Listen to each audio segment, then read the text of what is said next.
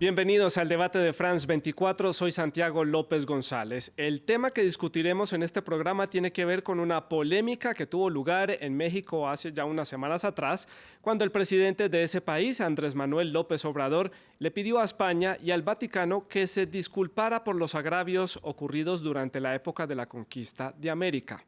Estas fueron sus palabras. Se haga una revisión histórica, sobre todo que se reconozcan los agravios que se cometieron y sufrieron los pueblos originarios, que haga la corona española este reconocimiento y lo mismo la Iglesia Católica. España, por su parte, respondió rechazando categóricamente la petición y dio unas razones muy claras para argumentar esta posición. El jefe del Estado, el rey Felipe VI, no tiene que pedir perdón a ningún país y no va a ocurrir esto, cosa que ha dejado claro el Gobierno en el comunicado que desde ayer tienen ustedes del Ministerio de Asuntos Exteriores. Reabrir estas heridas del pasado, hermanar a través del reclamo histórico, ¿debe España pedir perdón por la conquista de América, Filipinas y Guinea Ecuatorial? Ese es nuestro tema de debate aquí en France 24 y por eso están con nosotros en el estudio el señor José Manuel Azcona, historiador de la Universidad Rey Juan Carlos de la ciudad de Madrid. También está con nosotros Yaku Siguindioy, él es profesor de la Escuela Intercultural de Diplomacia Indígena de la Universidad del Rosario en Bogotá, en Colombia, también es líder indígena, y también está con nosotros en el estudio Marcela Rebollo, ella es historiadora y coordinadora del Archivo Histórico Cipriano Rodríguez de la Universidad de La Sabana, también en Bogotá, en Colombia. Por último, pero no menos importante, está conectado con nosotros a través de Skype Luis Fernando Granados, historiador de la Universidad Veracruzana y director de Patrimonio en la Coordinación Nacional de Memoria Histórica y Cultural en México. A los cuatro les agradezco por estar con nosotros aquí en France 24, gracias por estar con nosotros y también les recuerdo que ustedes, los televidentes, pueden participar de este debate, pueden dejar todos sus comentarios y sus preguntas también a través de nuestras cuentas en Twitter y en Instagram, se las recuerdo, es @France24, _ ES, deje todos sus comentarios con la etiqueta numeral el debate F24 y numeral México F24 y también numeral España F24. Vamos a comenzar entonces con la ronda de preguntas y yo quiero comenzar preguntándole a Yaku, ¿debe España pedirle perdón a México, a Filipinas y al resto del continente americano por los hechos ocurridos en la conquista? Muy buenas noches. Bueno, este escenario en el que nos encontramos, digamos, los debates que tras todo el proceso de consolidación de nuestras sociedades contemporáneas y también la huella que ha dejado los temas como fue la conquista, la misma, desde mi perspectiva, reconquista, desde la parte de la consolidación de los estados-nación y de la república y otro tipo de situaciones en las que vivimos unos acontecimientos de dolor, unos acontecimientos que de alguna u otra manera no se han hecho visibles desde la verdad y las sociedades se han venido construyendo sobre esas ideas en las que siempre hay un ganador y a partir de eso construimos lo que hoy somos también. Y yo creo, y desde mi perspectiva, evidentemente es importante iniciar estos procesos de construcción de la verdad que le permitan a la sociedad en el mundo, porque no es solamente España.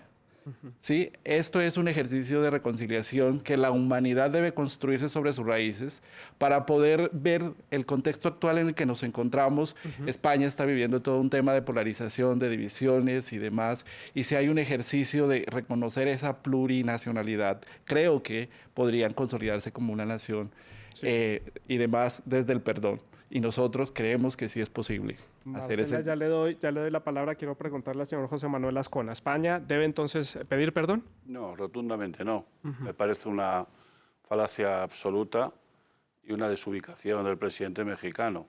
Comparto absolutamente las palabras de la vicepresidenta y, por supuesto, del resto de los líderes políticos que se han manifestado en tal sentido, ¿no? Yo no sé cómo va a plantear usted el debate, pero yo soy un académico. Sí, sí, sí. Ha llegado al máximo nivel en mi país. Y si hablamos de sentimientos, evidentemente, pues ahí ni entro, ¿no? Cada uno puede sentir. La perspectiva histórica, vamos, nosotros los españoles empezaríamos por pedir perdón a los representantes de esta cadena, Francia, que destrozaron el 75% de la industria de mi país en la invasión de 1808. Podríamos seguir con los fenicios, los actuales libaneses, los griegos, los romanos, que tardaron 200 años en conquistar España.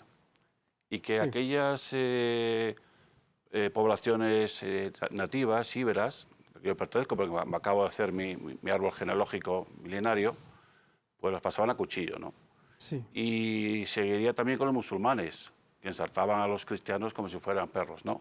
Entonces, bueno, es absurdo, ¿no? Quiero decir, ¿no? De la perspectiva de un académico a la que yo me quiero someter, pues hablo solo de mi país. Imagínese todos los La ocupados cantidad por de los acontecimientos nazis, que hay a nivel todo lo que ha pasado con los internacional. imperios británicos depredadores, con el francés, con los belgas en Ruanda, en fin, Sí. no me quiero extender. Absurdo. Marcela, su opinión. ¿Quién debe pedirle perdón a quién? Si es que hay que pedir perdón, porque se está como sobredimensionando el significado de la palabra perdón.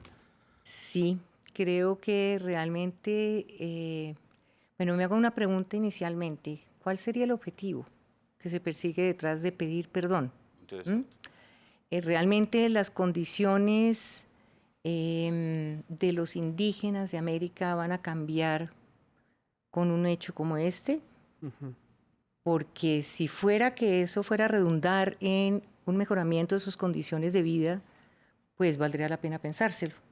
O ya se habría planteado. O se habría hace planteado. 500 años atrás, cuando esto sucedió. Exactamente, pero yo no soy partidaria de aplicar categorías presentes al pasado. Es decir, estoy de acuerdo con el profesor, lo que sucedió, sucedió, y además pues echamos para atrás y la historia, las naciones se han construido a costa de conquistas de unos sobre otros. Obviamente nuestras categorías actuales no validan actos atroces, bárbaros, y evidentemente en la conquista de América se cometieron barbaridades. Pero también es que fue el choque de dos mundos, pues que tenía que darse en esas condiciones, ¿no? Sí. Pero hay que entrar en el contexto histórico también del momento en que se dio, es decir, la forma como se abordó el encuentro con estos aborígenes, sin que se pueda validar tampoco ninguno de los hechos violentos con que se sometió a los indígenas y las condiciones posteriores de absoluta inferioridad a lo que se los sometió. Sí. ¿Sí? Y Luis Fernando, en México, su opinión al respecto.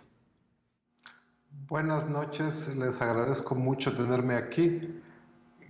Yo quisiera distinguir dos niveles de la discusión. Una es eminentemente política y la otra efectivamente es historiográfica. Respecto de lo político, me parece que hay una ignorancia acerca de lo que hacen los estados modernos.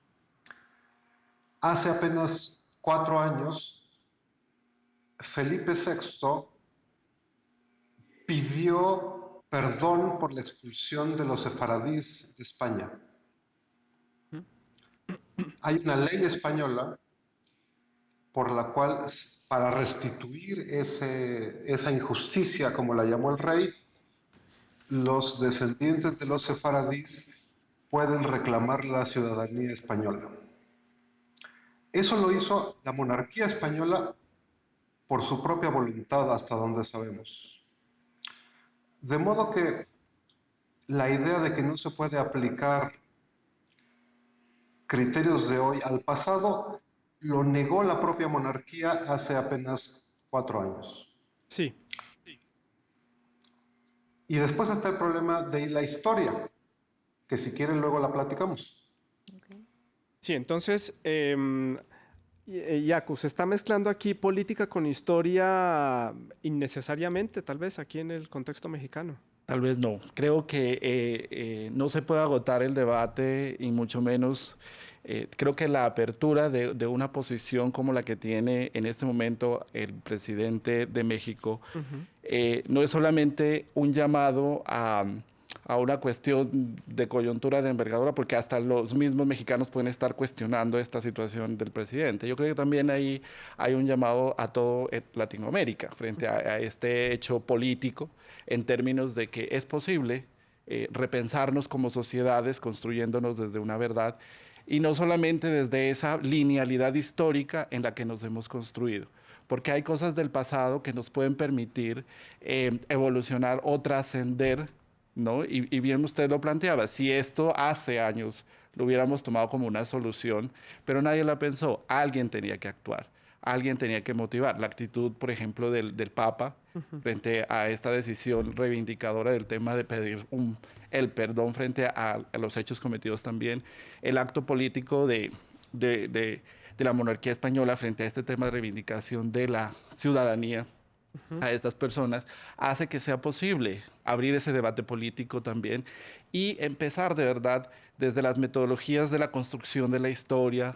Es que este no es un debate para abrirlo y que este sea el momento o la coyuntura. Yo creo que este es el momento de hacer unas reflexiones pedagógicas que nos permitan, y a las futuras generaciones también, empezar a cerrar. Y si tenemos la fortaleza política, como también la pedagógica y histórica, nos va a posibilitar tener acertadas construcciones de futuro. José Manuel, su opinión al respecto. Me parece muy interesante lo que dice mi compañero de mesa, ¿no? Me parece muy interesante. Yo estoy en esa postura. Yo soy un estudioso de Iberoamérica, en concreto de la migración española.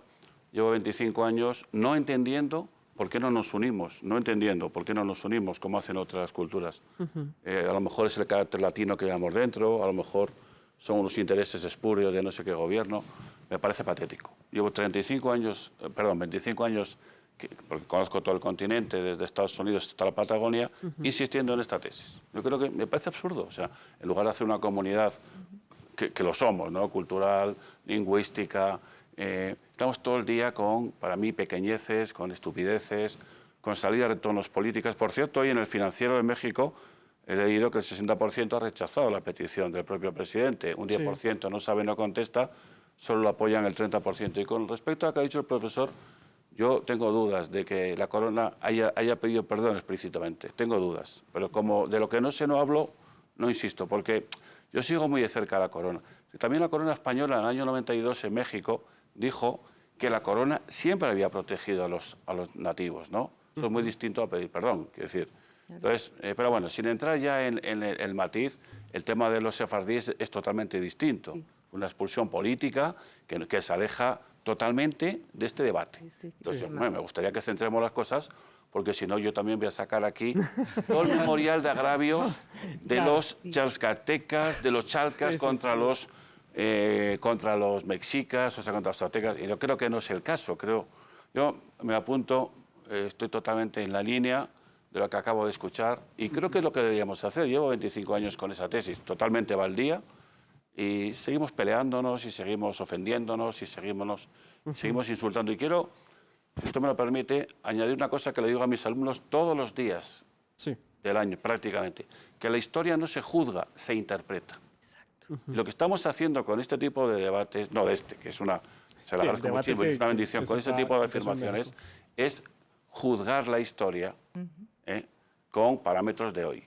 Te vuelvo a repetir, ni tenemos tiempo ni es el caso, pero puestos a juzgar los agravios de los propios indígenas del país de López Obrador contra otros y otra serie de barbaridades que como docente escucho cada día, empezando por feminicidios y asesinatos, que no es el caso, pues entonces no pararíamos. Creo que no es el camino, creo que ese es el camino. Claro, pero se está dando este debate precisamente porque el llamado lo hace un presidente de un país, no lo está haciendo una persona cualquiera. Él dice que no busca confrontación con España. México y España siempre han tenido una relación muy cordial, muy cercana. Él dice que busca hermandar, no con prepotencia y hermandar, pero desde la acusación del otro. ¿Cómo se puede entender ese aspecto de tratar de acercarme a Madrid, tratar de acercarme al gobierno español, pero le estoy lanzando un reclamo de esta magnitud? Sí, no tiene mucho sentido. La verdad creo que no es como lo esperable, ¿no? Es decir, si ese es el objetivo que está persiguiendo. Y bueno, yo escuché también a Vargas Llosa en estos días que le estaba diciendo, señor, es decir, usted tiene un gran problema en su patria con los indígenas y realmente pues es como absurdo que esté culpando actos de hace 500 años, es decir, es verdad, es decir, hay que crear caminos para solucionar el problema de las poblaciones indígenas en toda América Latina, eso es una realidad. que tienen que lograr ocupar el lugar que les pertenece en la sociedad, integrarse en la sociedad. Para eso hay que vivir y promover procesos de estados pues muy importantes, muy grandes, y decisiones políticas muy importantes para crear esos lazos, digamos, que permitan esa integración de todos los distintos niveles y estratos, ¿sí? Que vivimos en América Latina. Y realmente sí hay un hecho, y es que, es decir, la integración con España no se ha logrado del todo porque, pues usted sabe más que yo que desde el principio, pues la actitud de España hacia las colonias tampoco fue de igual a igual. Eso es No, una... yo discrepo, sí fue igual, igual. O sea, era un ciudadano sí, vamos, discrepo totalmente. O sea, ¿Por qué? Porque para la corona española, y especialmente a partir de la Junta de Valladolid, donde vence Bartolomé de las Casas a Ginés de Sepúlveda, se crean las leyes de Indias, que ya se habían creado en 1503 con Carlos V, todos los ciudadanos españoles, todos los habitantes de lo que se llamaban entonces las Indias, o sea, lo que se llamaba América Latina, tenían la misma tipología jurídica que cualquier español. O sea, era una prolongación del Estado español. Y de hecho, a partir de que triunfa Bartolomé de las Casas, se crean las reducciones indígenas. La prueba de lo que digo, si usted me permite... Pero antes sí hubo un sometimiento de los indígenas. ¿Cómo no va a haber un sometimiento? Se están conquistando. Pero vamos a ver, es que, perdón por la obviedad, si un país conquista a otro, como los romanos conquistaron al mío durante 200 años, que casi no pueden, por cierto, o como los árabes, en la conquista, ¿qué es? ¿Qué se tiran, margaritas o qué? Sí. ¿Qué país no ha conquistado violentamente? Una cosa es, una vez que se ha conquistado, es lo que tenemos que analizar, es el después. Y en el después, toda la playa de población indígena que existe en América, que es mayúscula, México 16, Guatemala 41, Panamá... Rápidamente para darle la palabra a Luis Fernando. Evidentemente, no. Y frente a Estados Unidos, que quedan 4 millones de nativos, porque ahí sí hubo un exterminio oficial, no en tiempos de la colonia, sino después, con una colonia absolutamente depredadora. Entonces, vamos, los nativos de aquí tenían la misma capacidad jurídica que cualquier español, con una estructura absolutamente clara. Le quiero dar la palabra a Luis Fernando en México para que no se me salga de esta ronda. Luis Fernando, adelante, su opinión. El profesor Azcona está absolutamente equivocado. Los pueblos indígenas, los indios como se llamaban entonces, no tenían los mismos derechos que los llamados españoles. Para empezar, pagaban tributo, es decir, un pago por ser indios. No tenían los mismos derechos, eran considerados legalmente menores. No es cierto, pero bueno, no voy a discutir. Eran considerados neófitos desde el punto de vista religioso. Hay que conocer las leyes. Es absolutamente falso que fueran ciudadanos iguales. De hecho, la Constitución Española de 1812 solo entonces reconoció la igualdad entre los nacidos, los españoles de ambos hemisferios. Antes de eso, la igualdad no existía entre indios y españoles. Por otra parte, tenemos aquí un problema de naturalizar la conquista. Ninguna conquista es inocente o buena. No importa si entonces se aceptaba mejor. Hoy sabemos y tenemos la obligación de juzgar y al mismo tiempo comprender. Sí, aprovecho, adelante, señora Azcona, rápidamente porque quiero tocar varias aristas. Yo también, bueno, acaba el tiempo. por supuesto, discrepo totalmente. Creo que el profesor mexicano desconoce la legislación española y la historia en profundidad, al menos como yo la he estudiado y la veo. Pero bueno, en la discrepancia avanza la ciencia. Ahí no vamos a eternizar esto, ¿no? Sí. Este debate. Pero también, siguiendo su propia tesis de la conquista, sería interesante que él, o el sector de pensamiento al que representa, también juzgase cómo era el imperio de los mexicas, antropófago, decapitador. Se calcula que ejecutaron, según algunas fuentes, a 500.000 de sus propios compatriotas actuales. zacastecas y otro tipo de pueblos que son con los que, por cierto, Hernán Cortés hace la conquista. Sí. Entonces, si vamos a entrar en esa dinámica de analizar solo la maldad intrínseca de la conquista española, que es una conquista, la reconoce hasta el gato con botas y por tanto violenta, es tan obvio que no merece ningún acierto más. También este profesor y quienes representan esa tesis, me gustaría que pusiesen en el mismo plano las barbaridades conquistadoras de los aztecas, o de los incas, o de otros pueblos, con respecto a otros pueblos a los que dominaron, decapitaron, se los comieron, les abrieron el corazón y lo quemaban en una pira, porque ya vamos a poner en igualdad de plano todo. En muchos de esos casos era parte de su imaginario y de sus tradiciones. Pero era un imperio. Eso se escapa a nuestro debate. Luis Fernando, quiero aprovechar para preguntarle, porque ya me quedan 10 minutos de programa y tengo que tocar muchos temas. ¿No piensa usted que el gobierno mexicano, encabezado por Andrés Manuel López Obrador, está poniendo aquí una especie de cortina de humo para tapar otros temas locales y simplemente desviar la atención y llamar un poco también la atención a nivel internacional? No, yo creo que en ese sentido Vargas Llosa se equivocó, porque el gobierno de López Obrador tiene 4 meses. Todos nos equivocamos. Por otro, el problema yo creo que es que hay muchas cosas que está haciendo el gobierno de López Obrador. Esta es una de ellas. Yo creo que es una medida necesaria, no es la única. Una cosa que es importante recordar es que en el mensaje López Obrador dijo que una vez que la monarquía española le pida perdón a los pueblos indígenas, él, en tanto que jefe de Estado, pedirá perdón por las atrocidades cometidas por el Estado mexicano contra los pueblos indígenas. Sí. Marcela, su opinión al respecto. A ver, profesor, sí es cierto que las leyes de Indias protegieron a los indígenas. Lo que yo quería decir era que las condiciones generales de los criollos, de toda la población americana, nunca estuvo en la realidad, no en la legislación, en las mismas circunstancias. Y por eso se dio la independencia, es uno de los motivos de la independencia, el reclamo de igualdad. Somos tan españoles como los hijos de don Pelayo. Esa es una frase que todos conocemos. Sin embargo, las prácticas aquí eran diferentes. Es decir, uno de los problemas que había era el desconocimiento que se tenía en España, en las cortes españolas, sobre lo que realmente estaba pasando acá. Las condiciones de servidumbre a las que se estaba sometiendo a los indígenas. El proceso de revisión incluso teórica de la postura, y ahí entra la Iglesia a jugar un papel muy importante en esas discusiones y en esos debates, fue muy importante para cambiar y hacer que las leyes españolas fueran avanzando y fueran preocupándose por la real situación de los indígenas, porque se fueron mermando, ¿no?, las poblaciones indígenas por las condiciones laborales excesivas a las que estaban siendo sometidos. Eso también es una verdad histórica que no podemos tapar.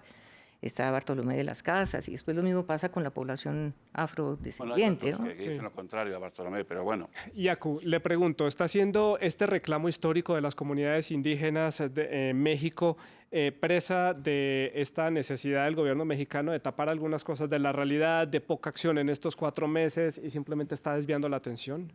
Bueno, digamos en el contexto que se encuentra bien la transición de estos gobiernos, ¿no? Porque no solamente es el caso de México, mire Colombia cómo está en este momento, las situaciones, y más allá de ver el escenario de que quiera taparse una realidad, porque en últimas Obrador y las políticas en las que se está orientando tal vez el Estado, que es inspirador también para muchos, debería ser, digamos, como también el timón para muchos países reflexionar sobre las decisiones que se están tomando de gobierno y de Estado con las políticas de los pueblos indígenas, porque si bien en la colonia se hicieron leyes para ellos, nunca les consultaron esas leyes, nunca se hicieron desde la perspectiva de lo que ellos entendían esa realidad que se estaba viviendo en la colonización, en la conquista, y siempre fueron subsumidos, subordinados, y nunca se tuvo en cuenta la voz de ellos. Hoy los estados se tratan de reconocer como pluriétnicos, multiculturales, pero la dinámica y la realidad sobre las decisiones políticas sigue siendo igual, de sometimiento, de estigmatización, incluso hasta decisiones racistas que se están viviendo, donde las políticas no están jugando ese papel de construirnos verdaderamente en esa sociedad como humanos, independiente de las diferencias que tengamos, culturales, ideológicas. Y creo que si bien puede acotarse esta realidad de que políticamente se está tapando bajo esta lógica de internacional una idea de verdad que en mi concepto, y es un asunto más personal, en el que yo quisiera como también a volcar. Yo creo que la humanidad está invitada a la reconciliación, no solamente a esa huella histórica de dominación y de control que tuvimos por la conquista. Sí. Hoy la realidad también está con la naturaleza. Pues digamos que ya no tenemos solamente una batalla de humanos, tenemos una realidad de que la naturaleza nos está llamando al orden. Sí. ¿No? Entonces, todo este tipo de lecturas no necesariamente estarían tapando una realidad política de México. Es la oportunidad de abrir unas discusiones que socialmente nos pueden reconstruir como Marcela, como y esa reconciliación, esa unión pasa 500 años después, ¿tiene que pasar necesariamente por el perdón?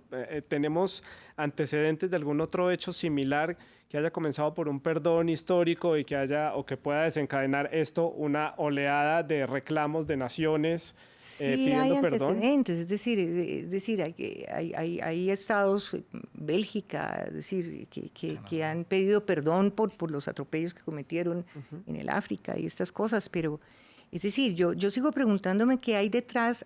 Es importante que los grandes imperios reconozcan los errores que cometieron tal vez en la forma, pero lo que usted dice, la interpretación de la historia, es decir, es que uno entra a estudiar el contexto de cómo se veía el choque de los dos mundos, cómo se veían nuestras poblaciones aborígenes en ese encuentro de los dos mundos, y uno tiene que decir, bueno, hay cosas que no podemos validar, pero se justificaron en ese momento, se veían.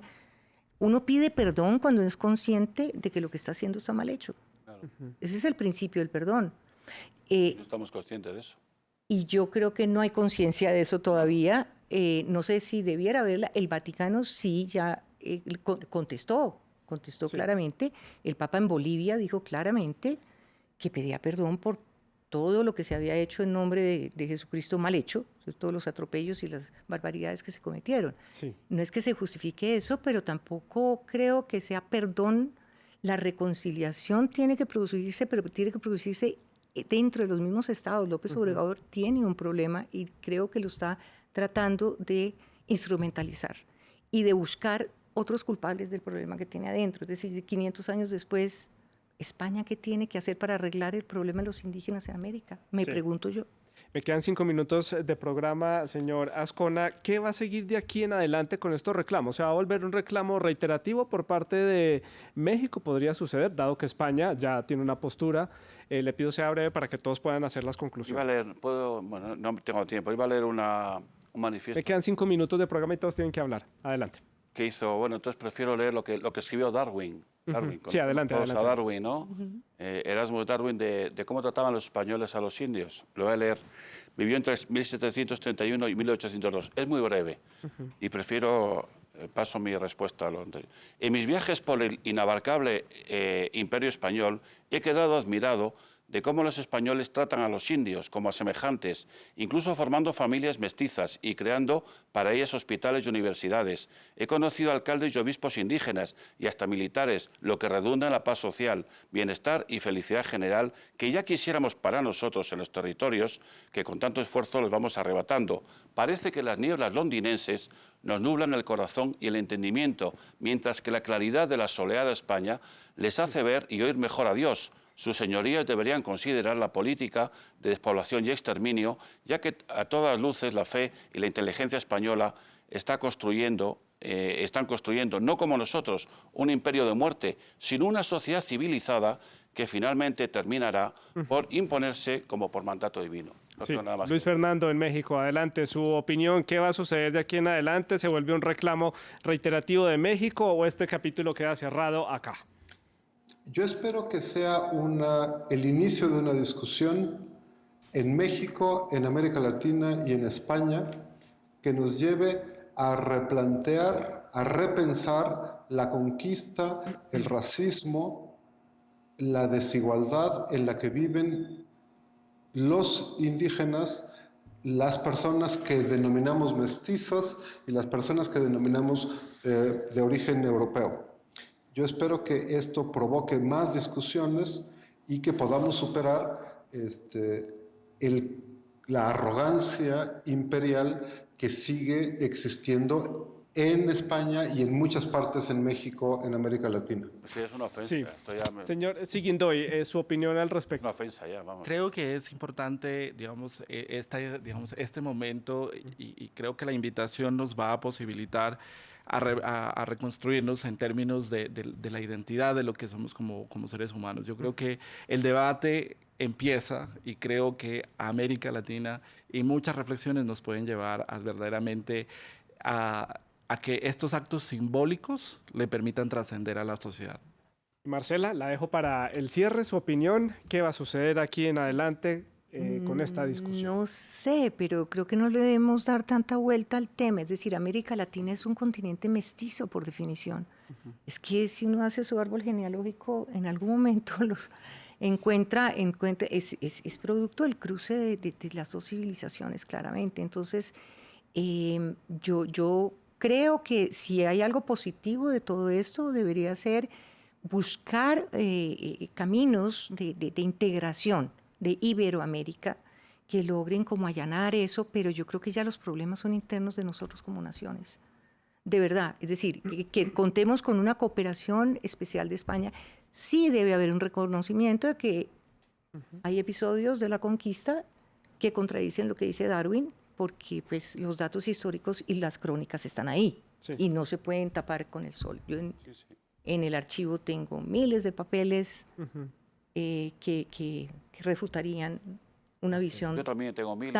Claro, miles que sustentan esto. Y sería interesantísimo confrontar las dos versiones, porque tenemos las dos. Yo sé que usted tiene unos y yo tengo otros que muestran una visión distinta.